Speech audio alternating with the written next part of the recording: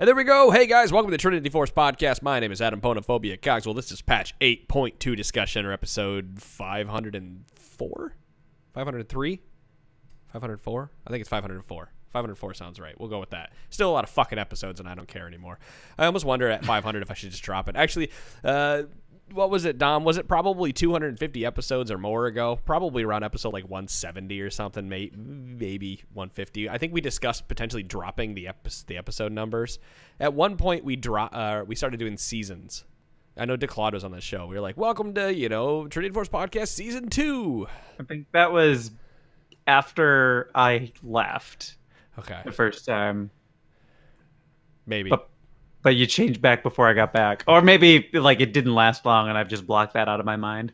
I think it was like the next season came up, like we were going into season 5 or something, and then we were like, we're going to make these, episodical season shows where every, and then put it that way on the website, and then it never fucking happened because I get 100 ideas and you can never remember them. Anyway, so Beaver, Dom, and Moon are all here tonight. We're going to be talking about patch 8.2. Guys, don't forget to go check out BuddhaBoxers.com/TForce. You guys get out some really nice, good boxers. Patreon.com/TForce Network. Beaver's going to be posting another meta report coming into next month, as there's been a bunch of things changed. Vrail, he will be on that podcast, I'm assuming, as well. And I don't know what else you have in store for that, but I guess if you go and pledge for $5, you'll be able to hear that. Yeah, exactly. Well, next month, we're definitely going to be bringing on a psychologist, talking a little bit about that, as well as the meta. So it's going to bring in a bit of a different angle in, but it's going to be nice to have that sort of refreshing outlook. He also plays League, so, that'll help. Cool. Do you know who it is? Yeah, his name's Jordan Forkheim. He's a close friend of mine. We went to university together, and he specializes in youth psychology, so a lot of adolescent stuff. And he has some really, really interesting thoughts to bring to the show. I'm looking forward to picking his brain. So for a one-time pledge of $5, you get that episode. $5 gets you all previous episodes as well, but we made it the lowest tier because we know those are going to be pretty month-by-month basis. Besides, be a few episodes here and there. But Vrail will be coming on the podcast on Wednesday. So for those of you out there that want to hear what he sounds like and what his knowledge is, so maybe it gives you a better idea. If you want to subscribe to us at T-Force Network, you can. We've been playing with Vrail for a little while now. Beaver's known him for a long time, and he just kind of... Not a long time, but yeah, we've been friends longer than the rest of us. But sure. He just started working Vrail into games with us, and we generally click pretty well, I think. Yeah, he's a really nice guy, and he fits in. Goddamn, we need a mid laner. Yeah, right? That's what it comes to. Santana left, Mitch, who was converted, he's spotty and everything.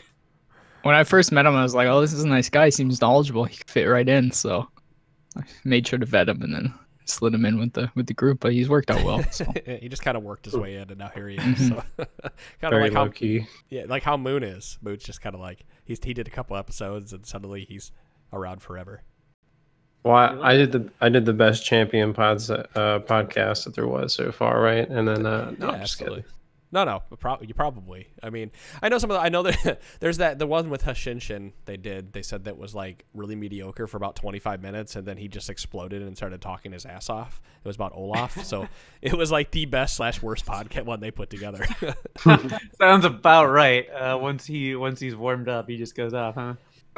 Excuse me. That dude can talk. He's got a lot of valuable insight. I think sometimes the way he words it gets, you know what I mean? You might lose a little bit in translation, but Sure. He's extremely knowledgeable, though. Just tilts. Well, let's jump right into patch 8.2 discussion, as there is a lot to digest in this patch. I know that a lot of people have been talking about the minion changes. There's also some changes to support items in here, as well as changes to the runes. But we're going to start at the top and also talk about champions. Now, before I get into this, correct me if I'm wrong, but there is a... Yeah, when we talk about Ezreal, which is 2 champions down, we're gonna go and talk about Kleptomancy at the same time. We're gonna skip back and forth because the Ezreal changes also coincide with Kleptomancy and those changes as well. So we're gonna start at the top here. Echo, they want to make Echo a little more viable out of the jungle, so they're increasing his bonus attack speed at level 1 to 10%. I can't believe you just said viable. I read it right off the list. I didn't say viable, but yeah, that's usually how it is. I know. It's like they want more AP junglers to exist, but there's really only 3 that you ever care about. At least Evelyn and Italy. I feel like we've seen Echo do decently out of the jungle before. So those are his contemporaries, right? Yeah. Right. It's just it's not unheard of. He could do decently if he was pushed in the right direction. But if the problem is like if he gets good, is he going to be better jungle than a different role? It'll be interesting to see if this works. I know a lot of times, like, I don't mind this. I mind when like the Bruiser Ezreal starts to get so out of control because if he becomes really durable and is dealing a ton of damage, and then gets to press R and he's back to life. You know, that's really not a fun version of this game. They've changed him so many times since it was base damage Echo top lane. Right. Yeah, they've bumped down his base damage so much. They're giving him some extra bonus. I think he'll be fine. Bring Bruiser. Yeah, bonus attack speed doesn't bring Bruiser back, but this does push him into what is that? You get 10% base attack speed plus if you want to go inspiration second. If you don't want the burst damage, so you get what is that? Is that 9? They nerfed it, right? It was 9%. Is it 9? It's 9. Yeah. Yeah. So you walk out with about 20% attack speed straight off the bat. That does help him. Plus, Runic Echoes is being changed in this patch to give 25% mana refund rather than 15%. So I wouldn't be surprised to see Echo's jungle win rate pop up a bit. So we'll see. Yeah, we'll see where that goes. Evelynn, she's been really powerful. We talked about that previously. She's been pretty much pick ban high elo for a while. So they are lowering her burst damage. The unempowered and empowered damage have been decreased. Unempowered been decreased to 3%, set at 4% of the target's maximum health with a 1.5% per 100 ability power scaling. And the empowered version went from 6 to 4, and they had also lost a percentage off of the scaling as well. Yeah, I'd like to hit on Evelynn really quick. I've been playing her like quite a lot recently. I'm getting good at her too. So I feel like I'm qualified to answer. But basically, the thing about Evelynn is everyone thinks that, and this is what I thought too. Like you get the heart above your head, which shows when you're going to get charmed, and you can see the direction where she's coming from you. So there is counterplay to her. But the problem with Evelynn is she deals so much damage. You don't even need to charm someone to one-shot them if they're squishy with little magic resistance. So you can just walk up to them, press E on them, press Q on them, and then ultimate out, and there's nothing they can do. Yeah. Yeah, Eve can definitely take over a game. I've seen quite a few matches where even if all of the lanes are losing on their own, Eve can get so strong that she can almost 1v2, bot lane by herself with a big enough lead. So she can turn any lane around. Yeah, I played a game last night with some of the listeners, albeit in slightly lower elo. I think we were in like lower gold, but there was a point where we were all losing lane, but I was able to turn things around on Evelynn just because Todd said. And her diving capabilities are crazy. If you find people low under towers, you just go in there and escape. But her like early mid game, she can get counter jungled because she's not super great. You just sort of take your opportunities. But as soon as she hits level 6, it's the craziest power spike I've seen out of the jungle in a long time. Or you troll your Tristana, and you think that your R is going to execute both of them, and then Tristana takes the turret aggro and dies after killing one of them. That Bard made a nice play with his League of Stopwatch active, so yeah, I didn't expect it. I should have. Ezreal, and you had fat-fingered your stopwatch earlier, right? Yeah. I engaged because I figured I could back out, and I fat-fingered it. At least I didn't die at the bloating summoners. But yeah. Right, yeah, it was, but yeah, you didn't have your stopwatch. That specific game, 3 people countered my ultimate with a nicely timed stopwatch. I should have seen it coming, but we killed them later, so it's all good. God, we could bitch about stopwatch forever. I'm gonna bitch about it just because. But we're playing a game, and 25 minutes in, person's still fucking sitting on stopwatch and hasn't used it. It's like one of those items that just no one should have it. Anyway, we won't. I don't think this is quite enough to push her down. Like she might be slightly weaker, but her burst damage is still really high. Still, her kit is just so powerful now. She can finally clear the jungle effectively. Yeah, I don't think this kicks her in the I don't know too hard. If I told you guys, but I forgot to buy a refillable potion that game, and I still managed to do a 3-camp clear without losing any health because I could kite the camps. Pretty silly. That's pretty awesome, especially for somebody who is supposed to be low and then regen when she's in stealth, right? Mm-hmm. Yeah, exactly. Let's move on to Ezreal. His Mystic Shot, the base damage has been gutted at level 1 and then taken down from there. Before it was 35 damage at level 1, it's down to 15. And now it scaled previously 55, 75, 95, 115. Now it goes 40, 65, 90, 115. So still the same at max rank, but you're doing significantly less damage early. And it makes sense because Ezreal should be a safe laner who can... He was bullying more matchups than he needed to be with his Q and Kleptomancy procs. What I thought was really interesting is when I was reading this patch today for the first time, the Ezreal change here is at the top, but then you get to Kleptomancy later on at the bottom.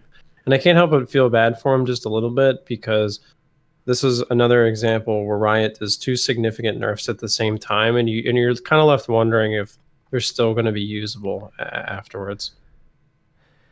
Well, so that's a good segue into this, because I want to talk about Kleptomancy, because, like I said, it does coincide with Ezreal. They have updated Kleptomancy, so the drop rate is significantly decreased in the first 15 minutes of the game. After 15 minutes, the drop rate is slightly decreased for melee, significantly decreased for range, and the sell values are about 20% lower. So they pretty much gutted this rune completely. If you're not getting all those extra procs and extra gold early, there's no reason to run it on Ezreal anymore, because you were using it before to get ahead and pick up Sheen and Tier a lot earlier than and dominating the early mid game into mid game with your item spike. And I think previous to this, we had talked about he would get a spike, but you would only have a very small window to use it, and it seems like we're going back to that with Ezreal. I mean, one of the things we're learning with the return of pro play is how valuable the runes that give you something that functionally has monetary value end up being. Stopwatch is popular because, A, it reduces the cooldown of Zanya's Angie, I can't even remember. But B, like, it's 600 gold. It saves you 600 gold. The boots are popular because they save you 350 gold because your upgrade is cheaper later on and everything. Like, so that's almost 1,000 gold worth of stuff and everything. And Kleptomancy was basically just giving you a whole bunch of gold. You could use the items if it was going to give you a temporary power spike, but I think it got to a point where, like, most people were really just going ahead and selling those items whenever they got them as well, if they could afford, if they recalled and they, had the inventory items. It also affected top lane because it's such a tank meta. You saw the resurgence of Alawi and Gangplank and Nasus, and they all just take Kleptomancy and try to outscale. I don't know if you've seen that too, Todd. Yeah, I mean, pretty much everybody takes Klepto. I saw Nakali take Klepto. I've seen Riven takes Klepto. I mean, I've seen everybody take it. It's fun. Like, it's the hot thing right now. It's a fun rune, so I get why everybody's taking it. I wish I could take it more, but I just sort of it doesn't work with my champ pool. So got a bot lane. What these changes will probably see, I can't imagine this changes the face of like top lane too much. I think it knocks Ezreal out of contention for being even like a pro play pick, because you're not getting all that extra gold to be able to dominate when you need to be. But like top lane, I think it just shifts those people to take an unsealed spellbook instead, so they can switch from teleport to ignite, or vice versa, or exhaust or whatever it may be. Yeah, I mean, 80 carries are just going to start taking unsealed spellbook, like everyone, as soon as Klepto's in pro play. No, they're gonna. So pro play, it's all fleet footwork, right? It's either fleet footwork unless you're Ezreal, and then unless you're Ezreal or Sivir. Okay, that's fair, but I do see at some point when all the runes get nerfed a little bit that unsealed spellbook would take over the game. I know I already seen it a lot in Korea, surprisingly too much. Like, it's meant to be for essentially like mid lane, like mages who want to have a okay laning phase, or top laners who are the same thing, right? To help out weak laners. Mm-hmm. I mean, it gets once Kleptomancy is in line, or even if it's under tuned for a minute there, then they might start looking harder at these other runes that are really good and have just been drowned out because Kleptomancy is so popular. Yeah, there's just not. It's gonna hurt some people, but it's probably good overall for the health of the game. And Riot just needs to continue to look at the runes and potentially add different ones that aren't adding free gold. I think that's what it comes down to. Just stop giving people so much free gold, and they won't abuse those. They won't abuse those runes. Not out of a keystone like that and everything. That's just kind of because you get so many free stats or other types of power spikes because of the items, and yes, there's some RNG involved, but like you can get some serious power spikes through the items that you get through Kleptomancy. So it's not like you're just opting into getting more gold, and that's going to sort of help you get to an end game point faster. There are situational or there are situations where you still get a power spike, and that's kind of shitty when the other runes are also designed to give you a power spike, but they don't. The other keystone runes, they give you a power spike of some sort, but they don't give you the same type of gold benefit. Sure, it'll be left to be seen, but great point.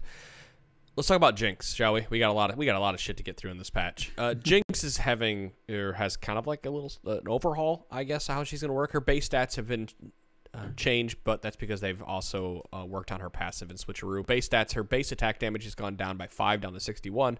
Attack damage gross stat has been increased to 2.7. Did anyone see the like? So what at level 2? At level 2, she's got the same AD she would have had. Is that what it is? Yeah, it would have been, right? Yeah, okay, so that doesn't matter, and then she's just going to have more AD as the game goes on.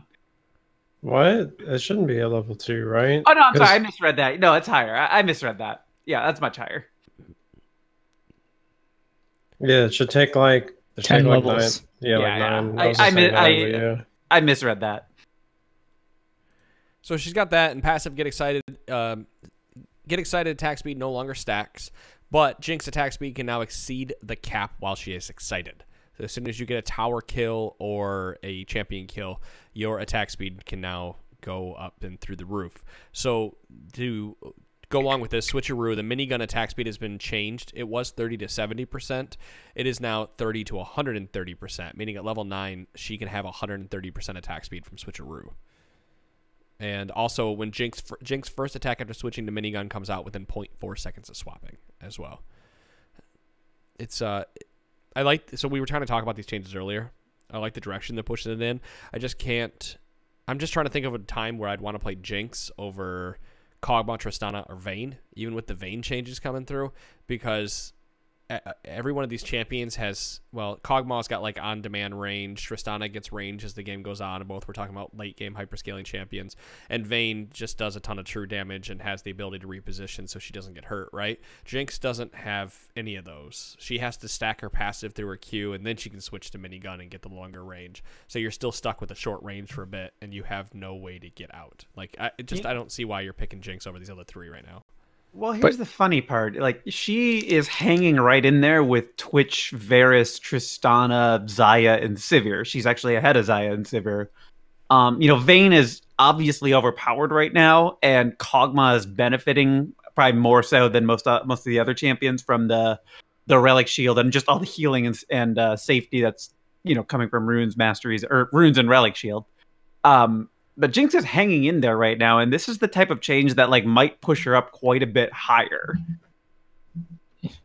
I agree with Dom. I think for me, out of all these changes, the one that interests me the most is after she switches to her minigun, there's the 0.4 second delay. So I'm not 100% sure how that's going to affect her, but it's obviously meant to be a buff, so it might make the attack speed apply to her rockets right away, because the thing about stacking the passive is in the late game, once you get a kill and you get 70%, you're probably capped anyways. So getting multiple kills doesn't really make sense. But now that you get 130%, basically all you have to do in a team fight is get your first kill, which is probably going to be on a tank that's trying to dive you or whatever it is, if you're getting peeled. And then you can just run around the map cleaning everyone up with your 2.5 attack speed AoE rockets. Higher than 2.5, you're yeah, sure. Yeah, it's going to be higher. And you probably only need Ruin's Hurricane now, right? You don't need 2 attack speed items. Yeah, that's the thing. The other thing I'm wondering about is maybe it means she doesn't have to go for 2 attack speed items as quickly as she is right now. Mm-hmm. But I mean, the other argument could be no, getting 2 attack speed item means that she gets that first kill and then she's getting 100% of the attack speed from every source it's coming from, and so that could be killer. Then she's at 3.5 or whatever it is, right?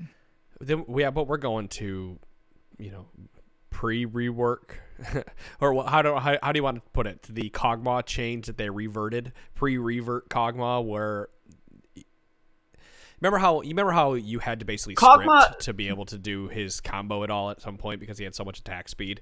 Right. The difference there, I guess, is that Kog'Maw was press a button and get that, whereas Jinx actually has to work to get there. Right. And that's my point is that when you have uncapped attack speed, you eventually get to that point where you have to stand still to be able to attack fast enough, because unless you just have phenomenal micro skills, you're not going to be able to get those attacks in. So does it really make sense to play Jinx over all the rest of those? I think it's a lot of specific comp.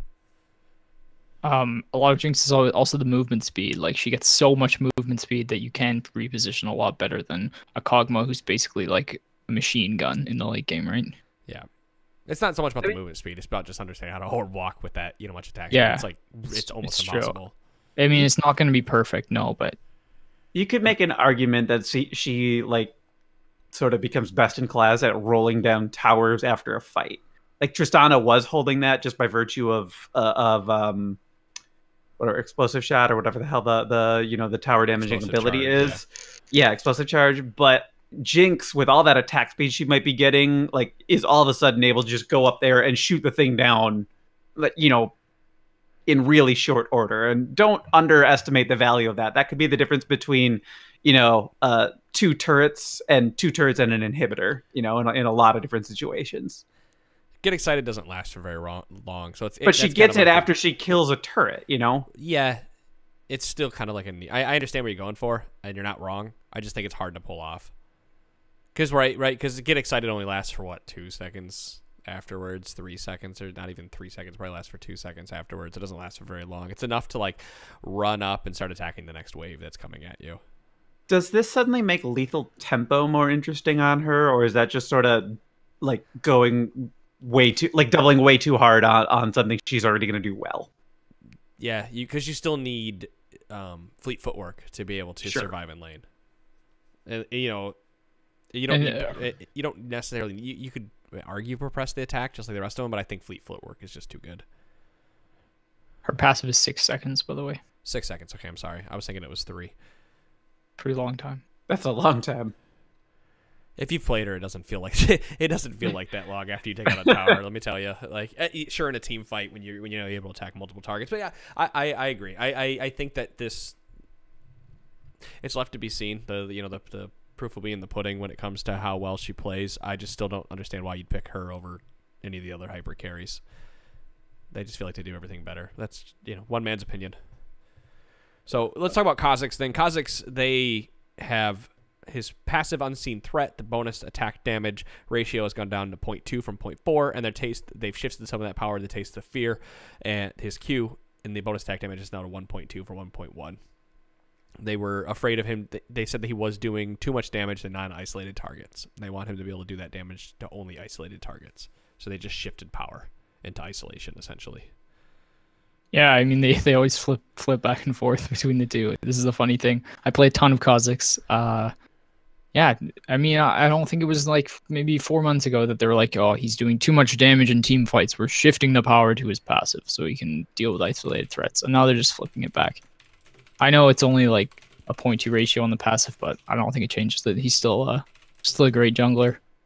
Soul Q monster. Finding team comps. He's just really, really quality right now.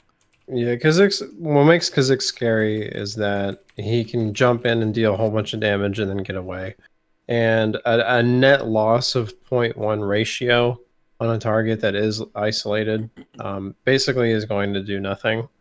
And even if they're not isolated, you know what I mean? You're still only losing a little bit. Yeah, and I'm sort of confused because it seems like if they're not isolated, he's actually now dealing more damage to them. Yeah, he is. So they're remember, isolation counts. Jungle camps are neutral, so you're isolated if you're in your jungle. And a lot of Kha'Zix, at least his early game, relies on snowballing, catching people out of position. So it might be slightly lower when you're trying to build your lead in the early game. But at the end of the day, he's still the exact same champ. And I don't think these ratios damage his clear or damage his ability to snowball too much. I was looking to see. I should have looked this stuff up before, but Kha'Zix mains doesn't have anything.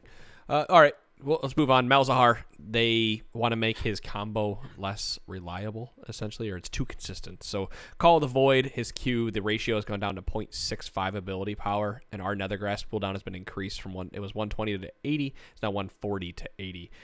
Something to keep in mind with this that Beaver was telling Sean last night was that Call of the Void actually refreshes the duration of your E, when you use it. So reducing the ability power makes sense when you're getting extra damage through a dot. Yeah, Nether Grasp refreshes it as well. What I thought was really interesting about this change is I went back and I watched some of our games from last night, and there was like a couple times where Chira killed people and like would miss his Q, but then land like the E and the R and stuff, and like they would still die anyway. And then I looked at the patch now and I'm like, it doesn't matter. And see, I remember a few different times during those games where Sean would hit a Q and I couldn't believe how much damage it was dealing to somebody. And I had just never really paid attention to how much that single ability was doing until Sean was, because he's so chatty and he will like he'll laugh or something about damage that's being done. And so that drew my attention to it. And like, I was like, holy shit, Q hits like a goddamn truck. So when I saw that, I was like, yeah, that needed to happen. But I mean, you're right too. It's not like he critically needed to be hitting those Qs to be an effective contributor. It was just like, hey, it seems like Mal just burns people down anyway. Mm-hmm. So like it's a nerf, but I think he's still going to be good. Yeah. His ult has unbelievable ratios. I mean, it's 80% AP, and then it deals percent max health as well, based on how much AP you have. Right. Yeah, because they shifted his W. He used to be that pool that did that. They shifted it all to the ultimate. Yeah, so I guess theoretically he's now slightly less good in the 1v1 in the early game, but he's still late game monster Malzahar. Yeah, mid-late game monster. This doesn't do too much for him. Nunu has had some changes as well. Q Consume well-fed now additionally grants 3 to 11 plus 5 per 100 ability power, magic damage, and basic attacks. W Blood Boil now additionally increases ability power by 40%. Max increase is 40, 60, 80, 100, 120 in both targets. Watch it, man. Don't buff Nunu too much. He's going to be too good. Sorry, you go for it. I was going to say, Ivern has quietly climbed into the top 10 junglers. And if Ivern is good and Nunu is not good, Riot's going to start looking at Nunu. Mm-hmm. No, I think this, especially in pro play, we see the Lord himself is here in the mid lane right now. This just screams a combo. I mean, everyone knows about that combo. But now this just makes the power spike just crazy.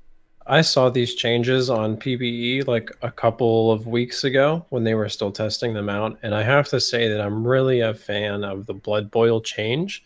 I sort of think 40% ability power increase could potentially be a little too much, but I really think that only increasing attack speed held Nunu back in certain team comps, and now he will more flexibly fit into AD or AP based comps, and I think that is going to make it so he's more consistent, and that's going to drive his win rate. Mm-hmm. I wish well-fed wasn't so dependent on jungle camps. It would be really cool if consume, like you could get that type of a benefit from consuming large minions or something like that, along with it, just so that we could see some interesting stuff with lane Nunu. I think lane Nunu can't he still just run into the jungle and like grab whatever is nearby? Yeah, but he could. As we'll see later in this patch, I don't think lane Nunu is good anymore just because his E attracts aggro now. Well, it's that and the fact that they a long time ago nerfed the amount of damage. They have the cooldown but also have the damage of E, so that was what made him oppressive in lane, was the damage that E was doing. Granted, you're getting potentially 40% more ability power, but my question here though is, I understand that this allows Nunu to fit in a lot more team comps, etc. But if you now use Consume and you've Blood Boiled yourself, are you able to duel most junglers with the extra damage you're gaining? Yeah, because you're tanky as hell. Nunu's extremely deadly at level 3. Most people don't think so, but if you run into Nunu, most likely you're not going to be at full health, and he almost always is. So you're also gonna have a really hard time getting away, even if you blow flash and an escape ability. He's gonna run your ass down. Yeah, you're right that the Blood Boil will synergize with that new Q passive. So yeah, he's good. So much in this patch. There's so much. Fucking enormous, and we're still only partway through. Well, we're almost done with champions. So Ornn, W bellows breath. Excuse me. Ornn is no longer unstoppable during this ability, meaning he can be displaced. Call of the Forge has had its cooldown increase slightly. It was 130 to 70. It is now 140 to 100. The big one. That's substantial. That is substantial, yeah. The Bellows Breath isn't that's not going to change how Ornn is played, right?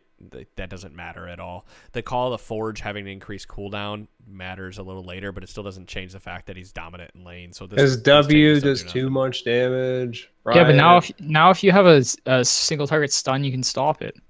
Yeah, or a knockback. Because it's a channel. It's pretty good. I think means the brittle is not always going to be hitting now. Mm-hmm. Unless silence works, then it doesn't help me at all. It doesn't help most of the meta top lane champions because Gnar doesn't have a way to stop it. He's the one being picked. Alawi doesn't have a way to stop it. Well, it's a channel, right? Yeah. Like he's channeling it. So silence should stop it now. He just does too much. Like, I just don't think he should do as much damage as he does. He already increases. No, of course not. He already does like so many other things utility wise for the team. Right. Like it's really the damage that they should be tuning back just a little bit on that ability. I'm now picturing Darius actually like grabbing Ornn and pulling him in when he casts Bellows Breath, and like you think, oh no, that's not what you want to do with.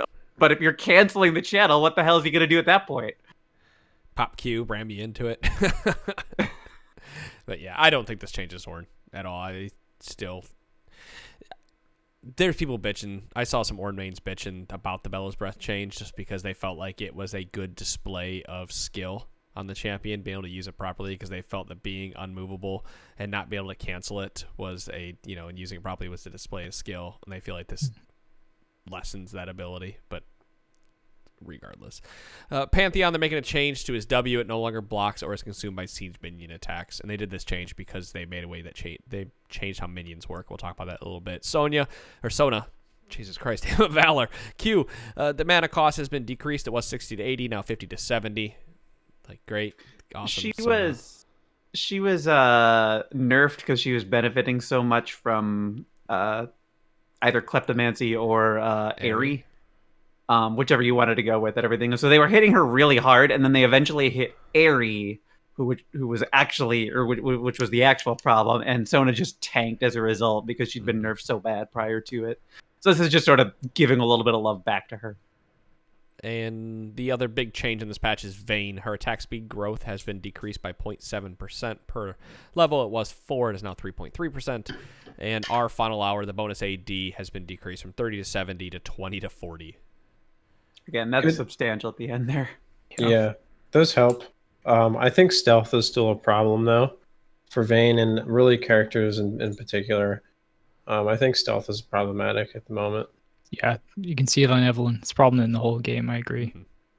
Yeah, it doesn't make sense that she gets stealth and all that bonus AD, with stealth being as powerful as it is, especially on an AD carry. It's just sort of like, do you? It's a serious problem on Akali as well. See, my problem with Moon. My problem with these changes aren't. Sure, they hit Vayne, but I really do think they should be looking at the runes rather than the champions. Riot seems to do this a lot. Like, they buffed Ezreal right before they pushed out the rune changes, and now Ezreal's, and now they're nerfing the shit out of Ezreal while nerfing. Like, Riot tends to pull 2 levers at one time instead of 1, because really fleet footwork should be looked at on top of the starting support item instead of Vayne's base stats. Like, reduce final hour, that's fine, but there's no reason to reduce her attack speed growth. I mean, the balance team is not working on the runes or anything until the rune stuff launched. So that was why Ezreal was getting changes, and they had no idea how he was going to benefit. That was pretty much the exact sentiment I was making earlier. When we were talking about the Ezreal changes at the same time as Klepto. I agree, but my only problem with that is that since all the late game scaling AD carries are still really powerful, they're just going to find some new way to get to the late game. So whether that's taking Unsealed Spellbook with heal and then teleporting back to lane after, or finding some new path, the Koreans will think of something to get Kog'Maw to late game.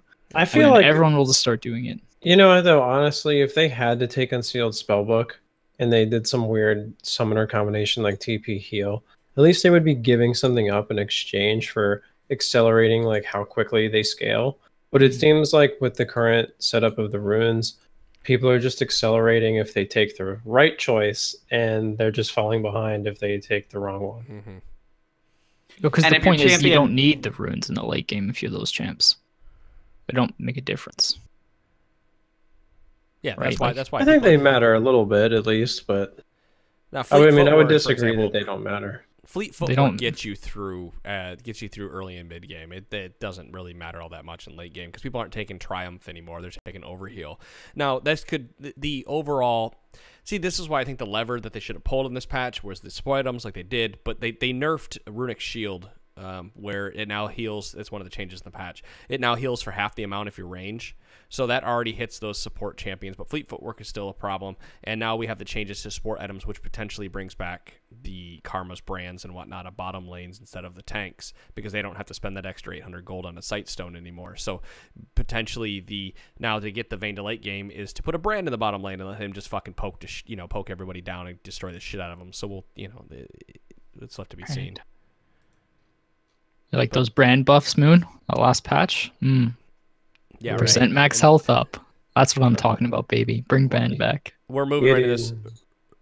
Runic Echo's missing mana restores up to 25% 15. We talked about that previously with Echo getting the change. And who is that? The Elise and Nidalee, and that's Evelyn. People who don't really need the change. Yeah, still good though. I mean, I like it a lot, but I think it's just gonna make those good AP junglers better. It's not going to help the other ones because they all get boosted by it, fortunately. But yeah, Karthus jungle, that's going to be nice for that. Why? I'm serious. It's a real thing. No, that'll help Karthus jungle, and we'll bring him out. Well, moving on to the big one here, because I'm trying to push down to this because I just, mentioned potentially getting rid of tank supports and bringing out some poke heavy supports, and we'll see where that goes. But the support items have been completely gutted. I'm gonna let Dom hit this one since he's been paying more attention to it. Dom, throwing you right in the fire. So instead of being able to purchase a sight stone for 800 gold, now your support item, upon upgrading it to the tier 2 level, has a quest reward, which is functionally your sight stone. All of these items now upgrade to an item that, it's called the Remnant. And it's a remnant of something, whether it's Remnant of the Ascended, of the Aspect, or the Watchers. That's going to be based on whether you start coin Relic Shield or Spell Thieves. But the basic idea is that they learned, at the end of last season and through Worlds, that it wasn't as critical for supports to be able to get their sight stones as quickly as possible as they once thought it was. And, because of how freaking important Ardent Center had become. And so they decided it was okay to make that a quest reward, and spare the supports, 800 gold in the early stages of the game from getting the sight stone. And it ends up being about 400 gold you save from the overall upgrade. But you now lose all of those unique quest rewards that you were getting. So you no longer get a boost of movement speed for, damaging somebody. If you have Frostfang, you no longer get the shield from the Targon's line, and you no longer get the Janna passive from the Ancient Coin line. In addition, they're getting rid of all of the active item counterparts. They have suggested they're going to reintroduce some of those at a later stage this season, or they might work them into something else along the way there. But for right now, there is no more team-wide, speed boost from Talisman. There's no more Spooky Ghosts, and there's no more single target shield from Face of the Mountain. And so that's a big set of changes. It changes the early game for supports quite a bit because you're saving a lot of money, and it'll be interesting to see sort of who benefits the most from that. I think Ancient Coin has become total garbage now. There's just no reason to go into an item that's giving you conditional health regen and conditional mana regen when you can get, flat health regen plus bonus health regen, or flat mana regen plus, damage on hitting abilities plus ability power. Maybe in really, really bad matchups, it'll still be useful, but Ancient Coin was not being purchased until they gave it that Janna passive. Right. And then that's when everyone was like, oh, okay, that's really good. We're going to get it. And then they had buffed it because they were trying to compensate for how bad it was with the ill scroll, whatever the hell that was, quest reward. But at that point, like everybody started buying it, and then they finally got it to a point where it's like, okay, for certain champions this is good, and in certain matchups, like this is still worth taking because you get a useful passive out of it. But now I just look at it and think I would rather have Spell Thieves or Relic Shield in the majority of cases. Well, is it wrong to think at this point we're walking?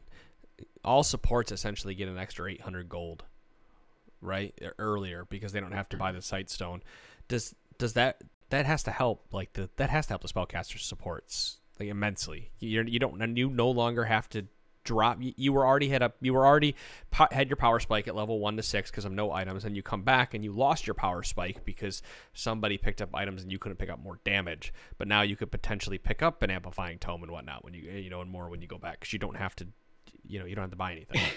It makes bot lane a lot more dangerous than people realize. When you no longer have 3-minute wards at a pretty early stage of the game, junglers can get down there a lot easier. So there aren't going to be deep wards going into the enemy side nearly as early as they used to. Have we completely lost Ruby Sightstone and the passive that it gave you? Yeah. Oh, that's too bad. It's a cheeky little item for supports, but I mean, you can get it through runes now, though. If you go with the but the max you can have is 3 wards, which is significant, right? Mm-hmm. The change from 4 wards. Great podcast. So I don't know. I'm excited about this, and one of the changes we touched on it earlier is that the proc healing has been reduced by 50% on the Relic Shield line if the owner is ranged, and on Spell Thief's line, the recharge penalty now also applies on non-epic monster kills. The lockout is now 12 seconds instead of 8. The Spell Thief stuff was done because people like Vlad and a lot of junglers were abusing it just because Spooky Ghost was giving so much power. Ghosts. And the item has good stats on it and everything. And the Relic Shield stuff, I don't know that this is enough to stop AD carries from buying it. I think the bigger deal is that they can't upgrade to Targons for that extra shield. No one was upgrading it to Targons. A lot of people were upgrading it to Targons. If you watch the LCS, everyone was dropping it early. They just used it early for the healing, and they went right into damage. People weren't upgrading to Targons anymore. Yeah, so we'll see what happens there. I still think the change is just make it, melee only, but 50% healing on range is fine. What this might do is it now makes AD carries take Triumph instead of Overheal because you're not getting as much life back from the proc, so you're not overhealing as much. You're not getting as much of a shield as you previously were, and that's not overall a bad thing because Triumph was great when you were lane dominant, but otherwise it was a pretty wasted rune slot. Or excuse me, Overheal was pretty wasted. So unless you were like really good, otherwise Triumph is just better overall. Because getting 12% of your life and mana back on a kill is phenomenal for indie carry and bonus fight. Gold. Yeah, and bonus gold. And it's what everyone was taking before they realized that they could just heal and shield themselves in lane. I played with it a ton. I understand. I use Relic Shield. I get why it's really good. I just never liked the whole overheal thing, but it's probably because of my play style. I'm always too aggressive to fucking keep the shield up, and I get poked out too hard, so I pretty much stopped taking it. And it's worth noting that these changes didn't go through on Twisted Tree Line. The items are what they are on 8.2, and they will still exist. There's no Sightstone variant, so they're like, well, we'll just leave the actives in until we have a solution. I know the Face of the Mountain line is really popular on Twisted Tree Line. I can't speak about the other two. Do you have anyone you're looking at potentially playing now with these changes instead of what's being played now? Like, just Lulu just suddenly still become like even more pick and ban than she was because she's able to pump out some extra damage or run her items faster. Are we seeing Ardent Sensor potentially rushed at this point? Like you're sitting on extra gold all the time. That's why I'm asking. I'm more curious about what types of budget mages suddenly get a little more interesting on a bot lane. Lux, Orianna. Could they suddenly work a little bit better now that they're not having to pump money in to get the Sightstone? They can get kind of those mid-game bursty type things going on, like you expect them out of mid lane. And yes, it's never going to be as good, but it is. Xerath, Syndra, again. Yeah. I mean, all those Talia. Yeah, Talia would be an interesting one. So that's what I'm curious about. I hope nothing happens. I hate it when bot lane gets flooded with budget mages. I like it when it's kind of these very specific cases because they're bringing specific things to teams that, you know, not every mage can do. But you know, when they make a change like this, you have to look at the entire field. Frankly, what types of tanks suddenly, you know, become more interesting out of bot lane? Because again, they don't have to pump 100 or 800 gold into, you know, a sightstone item. You know, does Cho'Gath get a lot better out of bot lane? Budget mages are also. Last time budget mages were in the meta, the jungle was like shit, so they couldn't take advantage of it. But now you've got champs like assassins basically back in the jungle, so budget mages are always more susceptible to getting camped. So that's another thing that you have to watch out for. Yeah, it's hard to know how this is going to shape the rest of the game. But assuming the rest of the game like more or less stays the way it is right now, I don't know that it does a whole lot because disengaged champs are just so valuable. You know, Janna and Lulu, they're just doing a lot more than any budget mage can really do from a, you know, like, hey, damage is great, but getting people off of important, you know, important targets is a lot greater. It's like the priority changes though, right? If the hyper carry ADCs fall out of flavor, then those damage supports suddenly become more valuable when you know you don't have to spend so many resources. So I think they have to be careful exactly, you know, how far they tune one way or the other, because, you know, the set of favored picks could easily just flip, and then they have another problem to deal with. But I like the idea that they've homogenized these items some, and maybe trying to take some of the abuse cases out of it. I will miss Talisman. I thought it was a really, really valuable item. I used it on a lot of different champions. And it was really cool as a support player to be able to buy an item that might be addressing a specific deficiency that my team had that Sivir is otherwise the only person that can do. You know, Sivir and Karma, I guess, but Karma's not usually trying to engage stuff. And it was just cool having that go button being available, and it was one of the more unique things to the support role, I felt like. Did they just push Thresh into coin 100% of the time now, even though the coin sucks ass? Because they've changed the relic shield where now the proc healing is 50% in range, so he's no longer getting all that extra healing onto his support, and so now he's forced to go something else, right? Yeah, Thresh and Rakan are going to be a little frustrated here. I think Rakan is probably going to be going, and a lot of, I think there are a fair number of Rakan players were already going with the Spell Piece line. Frostfang. But you know, I liked Talisman on him a lot, so that's why I was going with that item. But you know, Frostfang just seems more appealing at this point. Poking with them Qs. Also nerfs Nasus lane because he takes Ancient Coin to start the game. So that pretty much every Nasus is building Talisman of Ascension these days. Of course, it's so good. Yep. Not anymore. Sorry about your luck, motherfucker. Maybe AD carries will start upgrading their relic shield, and there will be more wards on the map. Funny guy. What is the what's the quest that I have to complete as an AD carry to get my relic shield to get? You have to get 500 gold through the generation and the executes. It's a lot of gold to get through those generation and executes. You're still looking at what, 12 minutes or so? I guess for AD carries it's a lot sooner, but they would have to upgrade that to tier 2 at least, right? Yeah. That could. I mean. Probably not. I don't think so. No, the shield's not there. Yeah, no, the shield's not there. They're not going to do it. All right, let's talk about the keystones that got changed. Resolve Aftershock has had its a bunch of things changed. It no longer increases resistances by 30%, but to change this, the damage has been shifted. It was 40 to 140, is now 10 to 120. Health scaling is down to 3% of maximum health. They added a damage AD ratio of 0.15 bonus attack damage and ability power ratio of 0.1 ability power. And the flat resistances was 20. It is now 70 to 120. That's insane. Yeah, this Keystone's pretty insane. I think it outclasses all of the other Resolve Keystones if your champion can proc it right now. I think that's obvious. You proc it and you get a flat resistance of 70, or yeah, that's how that works, right? Yeah, level 1, and it goes higher than that. How do you guys plan on killing Sejuani these days when she has or Leona at level 1? Yeah, they've added an AD and an AP ratio to it, and they've decreased the amount of HP scaling. And because it doesn't work off of like percentage bonus resistances anymore, they've basically gone, okay, well, this isn't just for tanks anymore. This is for any bruiser or really anybody that Galio is gonna crush shit with this. Yeah. I mean, now on top of like the damage reduction from his taunt, now he's getting fucking a bunch of armor. So goodbye Klepto meta and welcome to the Aftershock meta. Right. And now you can just buy straight health items on champions like Warmog's armor, and it has a lot of impact now. Yeah.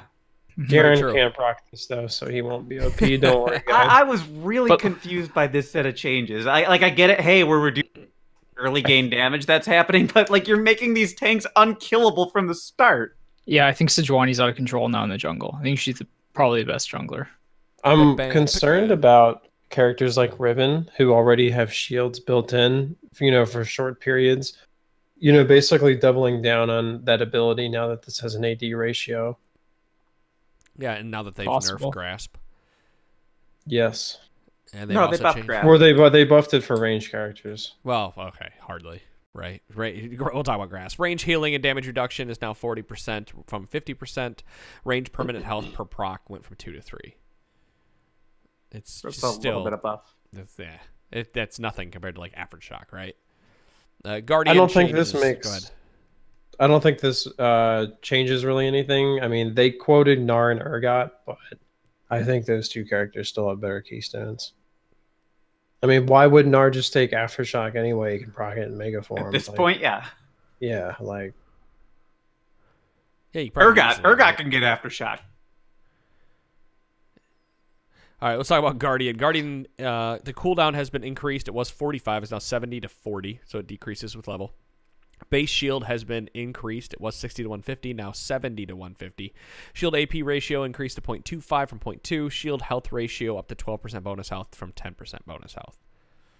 Oh my god. Guardian does a ridiculous amount of shielding. It's unbelievable how much shielding actually comes out from Guardian. And so this did need to get adjusted and everything. I don't know that this necessarily accomplishes it. If you're making it scale a little bit better, it's probably going to be a lot better. I mean, you're getting it less frequently early on, but that's when I guess that's when you need it. But I don't know. This is still a good keystone. Who's taking Guardian? Tarek. Rakan likes it. Does Rakan Tom like Kench Aftershock? Sometimes. No, Aftershock is really hard to pull off on Rakan. I mean, he might like Aftershock more now, but previously, because the resistances were so low and his base resistances weren't much to speak of, he would go in there and then he would usually have to jump out before Aftershock actually went out, so he wasn't really getting into the damage. I thought it was going to be really good on him, and then the more I used it, the more I realized that Guardian was just better. Gotcha. All right, let's talk about Glacial Augment out of Inspiration. That has changed. The melee slow went up to 45 to 55% from 40 to 50. Range slow, 30 to 40%. Active item slow up to 60%. I think Glacial Augment is really good. I think it's really undervalued. It's a shame that there are so many other keystones right now that just provide so much. I don't even necessarily think Glacial Augment needed a huge buff.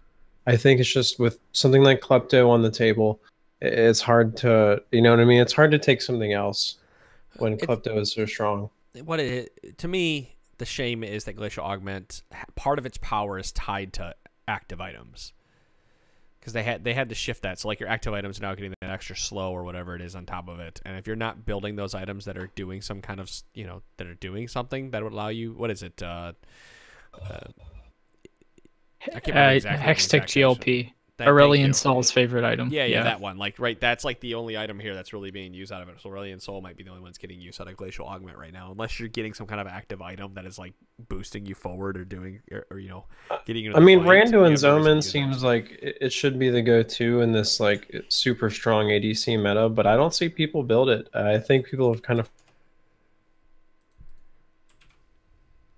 forget then those two are going to be strong together. I think it's go ahead. They say in the notes, Aurelion Sol's performing best with him, and yeah, he already has like a 54% win rate. So I think the champion's just absurd. I know I always go on about it, but Solo Q Destroyer. If you guys are out there in plat, play mid lane, learn to play Aurelion. He's very difficult, but he has insane influence, and I just think this is really good for him. But nice point with the Randuins. I like that. I think it's the best AD item right now to counter ADs. I think it's. I see like nobody make it. Really, I build it every game. Like it's better than plate on almost every champ because it adds utility. Like that slow is so nice. I tend to pick up Thornmail because I really want the damage, and I like Grievous Wounds against the overheal. But you know, because they're just so focused on trying to keep their heals up. But I don't know. I mean, I just that said, I still think Randuin's is undervalued. Well, I'm in a world now where I'm suddenly, coming into a little bit more income than I'm used to. I can actually give Randuin a look now instead of... Richmond down there, hey? Frozen Heart? I really like Glacial Augment out of bot lane. It's really sneaky for getting people to blow summoners a lot earlier than they want to. Now, if it only worked with Zeke's Convergence, then I'd be happy. I'd be happy. Yeah, right? What's that item again? Zeke's Convergence, the one. Does anyone build that? When the support casts their ult, then interesting stuff happens. Yeah, but it's so conditional. The carry's got to be around, but people get slowed, stuff starts on fire, and I'm pretty sure that it was like super broken when it was working with Glacial Augment. So there's a reason they don't work together. Right. Precision Tree, so the combat side of it. Coup de Grace has been changed to 7% from 9% damage amp, and Last Stand max damage amp down to 11%. Well, rest in peace, Weedzard build, nerfing my percent damage. It is ridiculous that Coup de Grace, in addition to giving that bonus damage, then just turns around and gives a bunch of stats. Like, I feel like that's why it always crowds out the other two. Yeah, I should have got rid of that second part and left the alt damage alone. Or add stuff to the other two. Well, what's the other one? Tenacity and no, not Tenacity. It's more damage while you're low on life and more damage to champions with max health than you. Yeah. That one kind of sucks. But the low life one. Well, they nerfed the low life one this patch too. Did they? Was that Last Stand? Oh, that's Last Stand. Yeah. Hardly. I mean, who was taking the low life one though, right? Like, Coup de Grace. Well, you don't know because they only nerfed Coop by 1% initially, and then they were like, you know what, fuck it, give it another 2. So they might hit Last Stand with that next patch. The heroism side of it, Triumph Gold Unkilled been decreased to 20 from 25, and I had mentioned earlier how I think Triumph starts to make a comeback. So 5 gold. I mean, doesn't matter. It's about the heal, right? Domination, the zombie ward, the duration was 180 seconds and now scales with level to 60 to 180. And it also, when a zombie ward user reveals a ward via sweeper, control ward, or scrying bloom, they no longer have to actually hit the ward to spawn a zombie ward if the ward then dies. So there you go. You get 3 wards. You get so many wards from zombie ward. I had 86 wards in like a 30-minute game yesterday because of zombie ward. Yeah, Dom went through and counted it up. The statistics were pretty sad, I gotta be honest. I was really disappointed in myself when I looked at those numbers. I got 6. You both had 6. Adam had 14. Yeah. Adam had 14. In my defense, I buy Sweeper as soon as I back. In my defense, I buy Alteration at level 9, but so how did I only get 6? Because you're like me, you don't ever fucking use it. Yeah, I don't know. I get greedy with it, I think, because you need that vision to ult with Garen, and I think I died at junglers a lot, so I need to just ward more. Probably a weakness in my play. There we go. Self-reflection on the podcast. Ghost Poro vision radius increased to 450 from 350. Great, sweet, great. The other big change on this patch, as we push over the hour limit, targeted spells. Champions with spammable targeted spells like Pantheon and Cassiopeia put opposing laners in an awkward position. I'm reading from the patch notes. Fight back and draw minion aggro, or just take punishment they hand out. They are changing the mechanic so that you now draw minion aggro when you use spammable spells. Dude, this is a huge change. This is a big change. Yeah, but it's a fucking change that needed to happen 18 years ago. It's true. But now some champions are going to be left in the dumpster. Oh no, dude. Garen R is affected. I can't poke with it anymore. Most of these don't matter. The ones that definitely stand out are Cassiopeia with her E, so she can't just all in you a level 1 anymore. Brand, actually, for bot lane. Brand. And he's Disintegrate. That does mean a lot for early as well. Alistar. Yeah, but I think the biggest one is probably Kassadin. Because now he doesn't have Teemo Q, but I know as Varel was mentioning earlier too, Kassadin's like strength is that he can poke people out with his Q and win trades because of the shield, but now he's not going to be winning trades because the shield doesn't help him from the AD. It only blocks magic damage. So the AD that he's going to be taking from the minions, he's just going to lose all the trades. So dude, sorry, I don't mean to interrupt. Go ahead and finish. No, I'm done. There's like a few huge ones on here, like you were saying about the poking. So I looked at Pantheon right away. Pantheon. I think Teemo's a big one too. There's a lot Rise, of crazy W, and shit E. here, man. Transfusion, Vladimir. I think you just mentioned him. Yeah. The other one, Malphite Q. That's a big one. Top lane. Yasuo, sweeping blades. He's no longer able to sweep through all the minions without drawing minion aggro and dragging them either toward him or taking the damage as he moves through them. Like that's enormous. That's a huge one. Yeah. I mean, there's definitely a good 10 in here that are like big.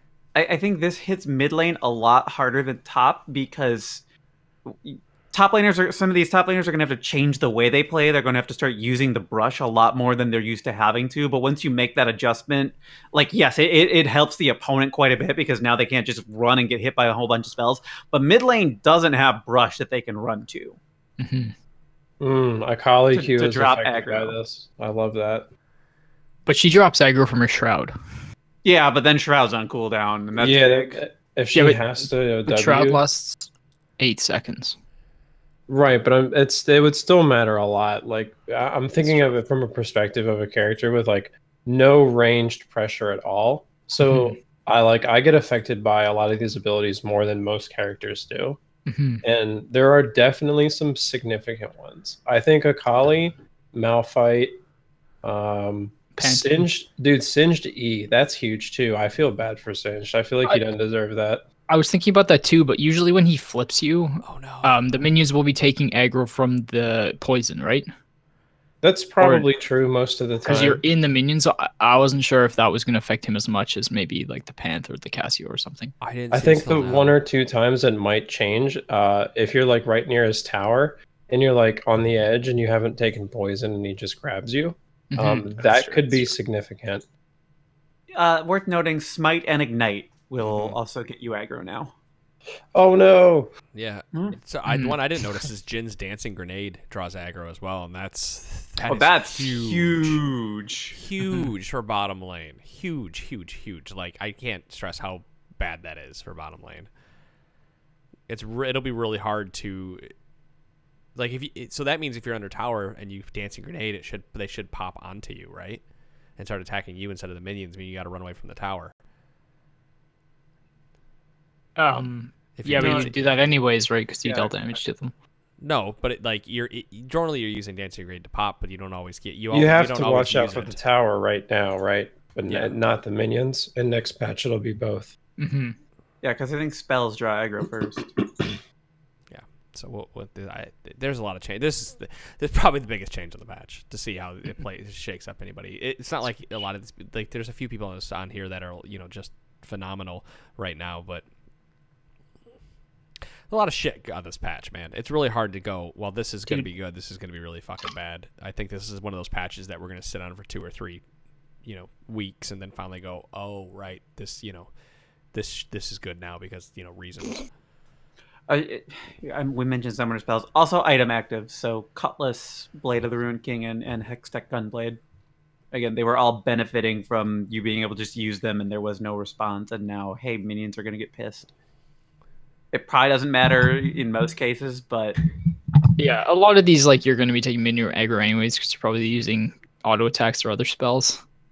I mean, if you're all-inning someone with Mord, for example, his Children of the Grave result now will take minion aggro, but I mean, you're probably already in minions smashing them, so... Meanwhile, Wukong, though, like, he's going to get into the middle of minions and It's true. It's those pokey ones that help you like win lane that really are super affected for sure. I think people who are not as mechanically sound are going to be most affected by this change because the better players already kind of compensate. Like they already expect to draw aggro in most scenarios where they're poking. So they kind of play around that already. But sometimes you see like mistakes that new players make is that they fight with minion aggro on them for too long. And I think being more susceptible to drawing minion aggro is going to cause a lot of people to make more mistakes than they realize they're already making. It's going to force them to have to build new habits. I just picture all those young Pantheon mains taking Ignite top that are going to get destroyed by this. I can't wait. So yeah, the landscape has definitely been shaken up quite a bit. So I'm interested what your guys' thoughts are and whatnot as we move forward through this. If you guys find something that you think is really good or not, send us an email. We want to test it out over the next couple of weeks and talk about it. Any final thoughts about the patch before we end this episode? I gotta touch on one bug fix here. I don't know if we want to go through more of them, but Galio's W, Shield of Duran, the shield now correctly returns out of combat after falling off. Oh yeah, there we go. That's Galio. a pretty big one. They fixed a bug last patch with Galio as well. Yeah, they keep fixing that ability, and I guess they break more in the process. Other stuff, there are a lot of changes related to spell shields and everything. I feel like they're mostly incidental, and that's why we don't need to go through them. But right. that one for Galio was pretty important. But what about Pentakill Olaf's Q finally making the symbol crash sound, guys? What about that one? It's a huge change. Broloff. I like that skin. I like Pentakill Olaf. His dad owns a dealership, though. Like, come on, that skin stands the test of time because of that. All right, we're gonna leave it there. Leave it with the bad send off for Olaf. So, guys, thanks so much for listening to the podcast. Patreon.com/TForce Network. Moving into February. Love your support. Beaver would love to hear from you if you have any feedback. Feedback at TrinityForcePodcast.com, and we will see you all tomorrow as we discuss listener questions. Guys, have a good evening. Peace. Later. See you guys. Later, dogs.